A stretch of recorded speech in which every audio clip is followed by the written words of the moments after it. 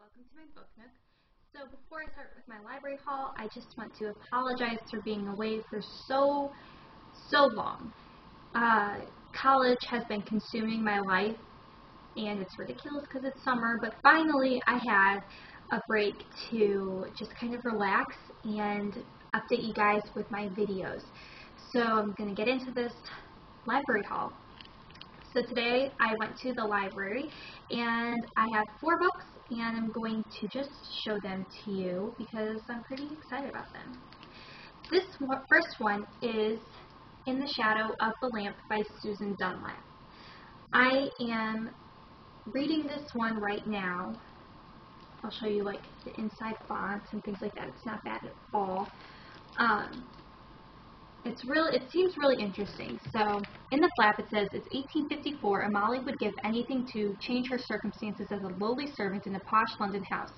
So when she hears of an opportunity to join Florence Nightingale and her nurses in the Crimea, the promise of a new start and perhaps even adventure is too tempting to pass up. The work is grueling, the hospital conditions are deplorable, and Miss Nightingale proves to be a demanding leader. Before long, tending to sick and wounded British soldiers becomes more than just a mission of mercy. It becomes a mission of the heart when Molly finds that she's falling in love with not one but 2 young men. With the battle raging ever near, one of the men will fall victim to the great guns. Will it be the dashing young doctor who sees Molly as more than just one of Nightingale's nurses, or the foot soldier who has left everything behind and joined the army to be near to her? With a love story to savor and a fascinating look at the woman who became known as the Lady with the Lamp, Susanne Dunlap's newest novel is an engrossing, heartbreaking tale readers will find hard to forget. So it seemed pretty interesting to me. I like historical fiction, and also when I read looked at the back flap, I realized that she wrote The Musician's Daughter and Anastasia's Secret, and I read The Musician's Daughter and I really liked it. So I'm hoping that this book won't disappoint me. And so far I'm like 40-something pages in, and it's pretty good. So the next book that I got was Hourglass by Claudia Gray. I'll show you guys the text and font. I just got into this series this summer. I started reading Evermore, loved it. Stargazer, loved it even more. Hourglass, I'm hoping I'm going to, did I say Evermore? I meant Evernight. Sorry, wrong book. Evernight, I loved it. Stargazer, loved it even more. Hourglass, I'm hoping it'll be the same way. So I got that book. Can't wait to read it. I finished those books in a day because they're so good. So I'll read the flap for this one. And it says, Bianca will risk everything to be with Lucas. After escaping from Evernight Academy, the vampire boarding school where they met, Bianca and Lucas take refuge with Black Cross, a fanatical group of vampire hunters. Bianca must hide her supernatural heritage or risk certain death at its hands.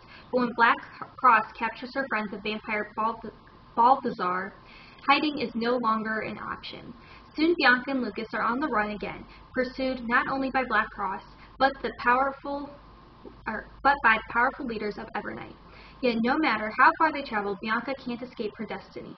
Bianca has always believed their love could survive anything, but cannot survive what's to come.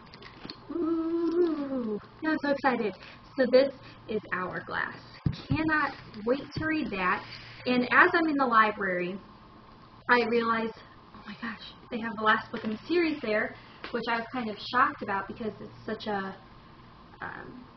popular book. But they have Afterlife, so I can't wait to read that, and I figure I'll get these done pretty quickly. So this says, Destiny awaits Bianca and Lucas. Bianca and Lucas have always believed they could endure anything to be together. When a twist of fate not only transforms Bianca into a wraith, but also turns Lucas into a vampire, the very creature he spent his whole life hunting, they are left reeling. Haunted by his powerful need to kill, Lucas can turn to only one place for help, Evernight Academy. Bianca is determined to remain with him, but with the vampire leader of Evernight waging a war against wraiths, her former home has become the most dangerous place she could be, despite the new powers her ghostly transformation has given her. A battle between wraiths and vampires looms, and Bianca and Lucas face terrifying new reality. They've overcome every obstacle life has thrown at them, but is their love strong enough to survive the challenges after life? Ooh. Okay, when I read this flap, I almost cried because Bianca becomes a wraith, and I'm like, oh my gosh.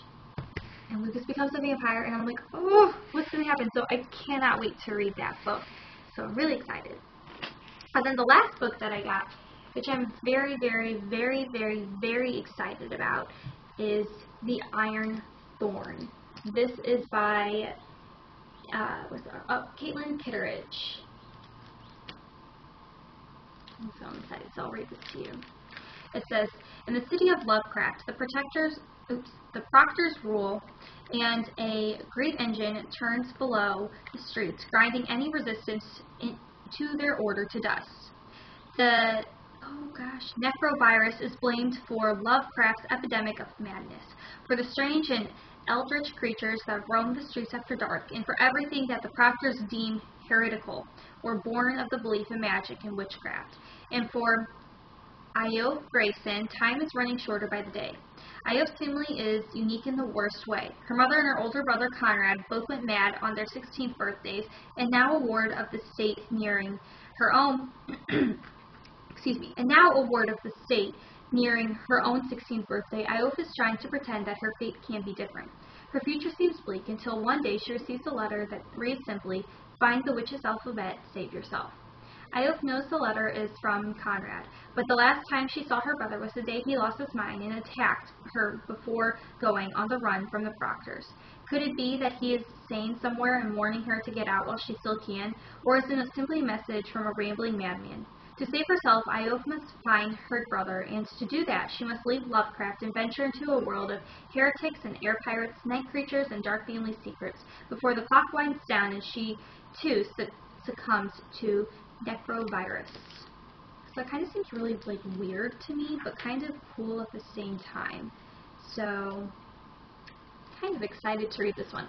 Sorry about messing up all the words. But this just sounds so interesting to me. So those are the 4 books I got. Yeah, so I'm going to post my links down below, so Twitter and Goodreads and my blog. So look me up on there, find me, friend me on Goodreads, follow me on Twitter, and yeah. So there's going to be more videos to come, hopefully some reviews. Thank you very much for watching, and also, side note, I want to thank the 3 subscribers I have, because I'm really happy about that, which is kind of funny. But thank you so much, guys, for supporting me, and let's make it 4 or 5 subscribers now. Thank you guys so much. Have a good day.